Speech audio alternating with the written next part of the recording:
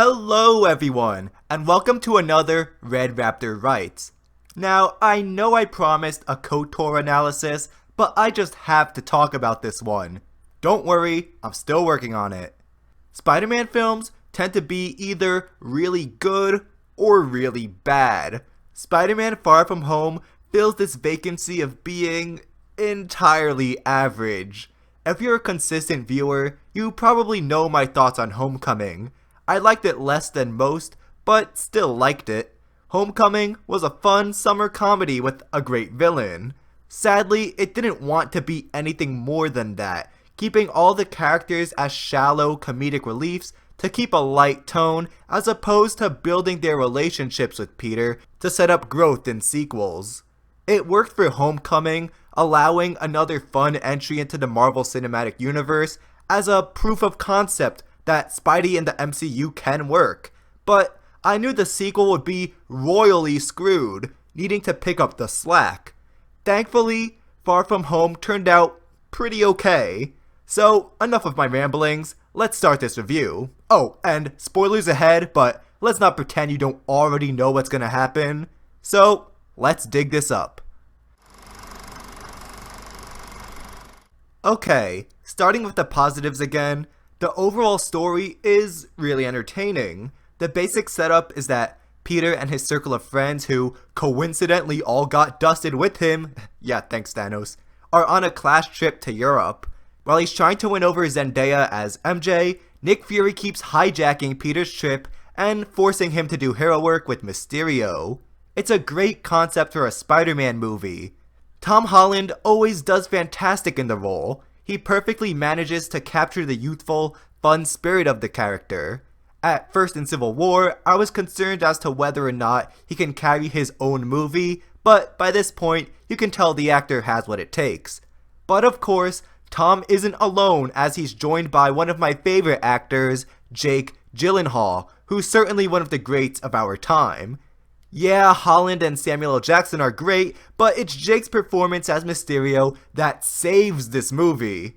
For the first half, he gave a tame, kind of phoned-in performance that, plus a couple of decisions I'll discuss later on, made the first hour of Far From Home kind of a slog to get through.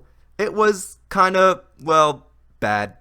Then you see the exact moment this movie 180s into being good. The very moment Jake actually gets to let loose at the bar scene. From then on, I had a blast with this, and the bland performance in the first half makes actual sense too. Quentin Beck himself was faking it, so it was good direction to give a bland performance. Aside from the main cast, there are also some great action sequences. Well, 2 to be exact. In a universe full of aliens and monsters and several armies, Spider-Man found his place in a smaller scale. Homecoming's villain was the Vulture, just a fancy weapons dealer in Queens, nothing world-ending. It was a nice change of pace for the MCU. Sadly, I feel much of that small scope is abandoned here, aside from the 2 trippy fight scenes between Spidey and Mysterio. I felt that Homecoming scale again, and uncoincidentally, those were 2 of the best scenes in the movie. The humor lands most of the time. Happy Hogan and Aunt May's relationship naturally provides plenty of laughs, and so does Ned with the MCU's Betty Brant as his new girlfriend. Anything else I liked? Oh, J.K. Simmons returning as J. Jonah Jameson. He was so perfect in the role during the Raimi movies, to the point where there's no one else to cast but him. Like Robert Downey Jr. and Iron Man, Simmons has become synonymous with Jameson, and having anyone else in the role would be blasphemous. So, as far as positives go, that's about it.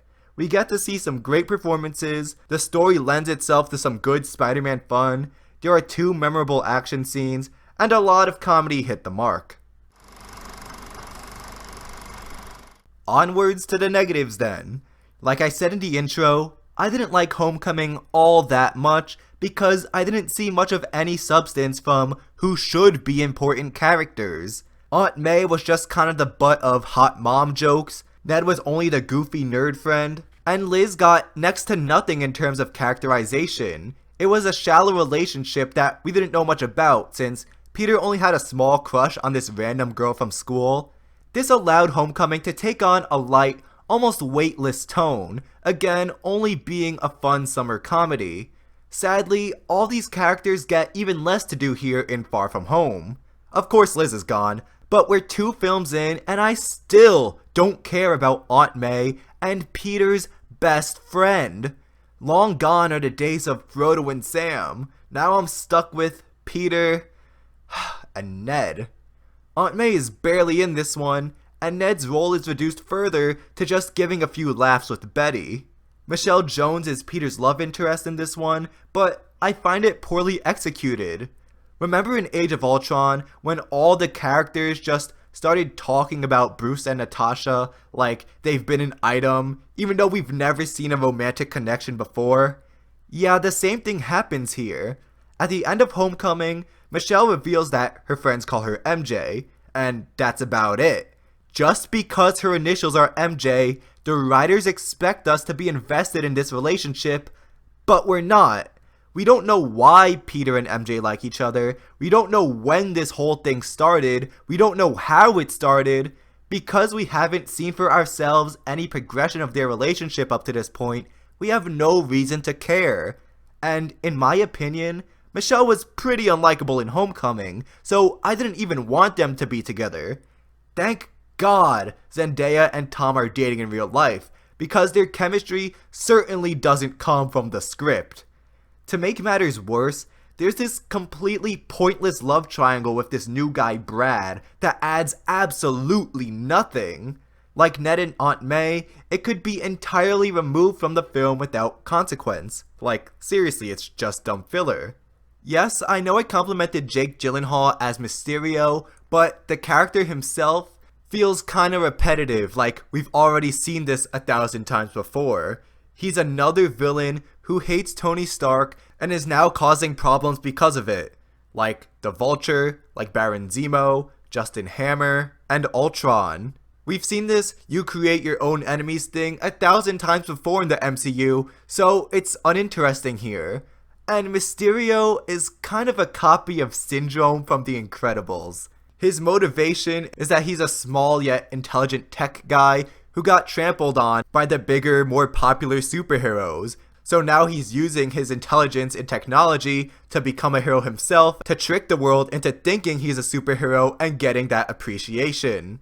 The final confrontation then revolves around our hero stopping the villain from faking a city-destroying attack and hogging up the glory.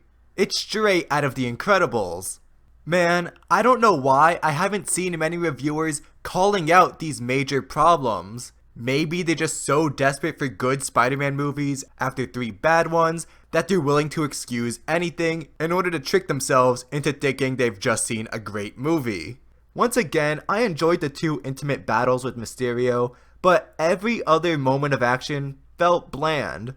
It's Spider-Man swinging and destruction and explosions happening all around. Visually, much of it is uninteresting. So much so that I found my mind wandering off by the time we hit the finale, waiting for the fighting to end. Ever since Michael Bay happened, explosions and destruction do nothing for me. Give me more of this.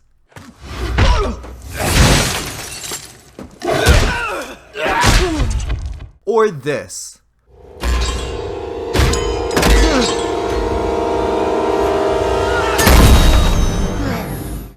Or some more of that Mysterio goodness. The final negative I'll bring up may be the core idea of Far From Home itself, Peter growing into Iron Man's shoes. It's a concept that I knew I didn't like since the trailer, but the movie itself failed to sell me on it. Peter is still just a high schooler who really hasn't figured out who he is or wants to be. What about Hulk, or Falcon, or Hawkeye? They'd all be far better choices than Spider-Man. Heck, even Ant-Man would be better. Actually, Homecoming ended with Peter choosing to reject the Avengers so that he can still live his normal life. It was certainly a choice I got behind, as he wanted to be a friendly neighborhood Spider-Man, helping others while still being with the people he loves. In Far From Home, Nick Fury is forcing him to go back on his decision in order to take up the mantle. It's a big contradiction to Homecoming's ending, and a dumb one at that. Yes, Peter can one day be the next Stark, clearly, but today is not that day. Overall, I have plenty of problems with the new Spider-Man. It's far from a perfect movie, and not a good way to launch a post-Endgame MCU. The side characters are even less interesting this time around.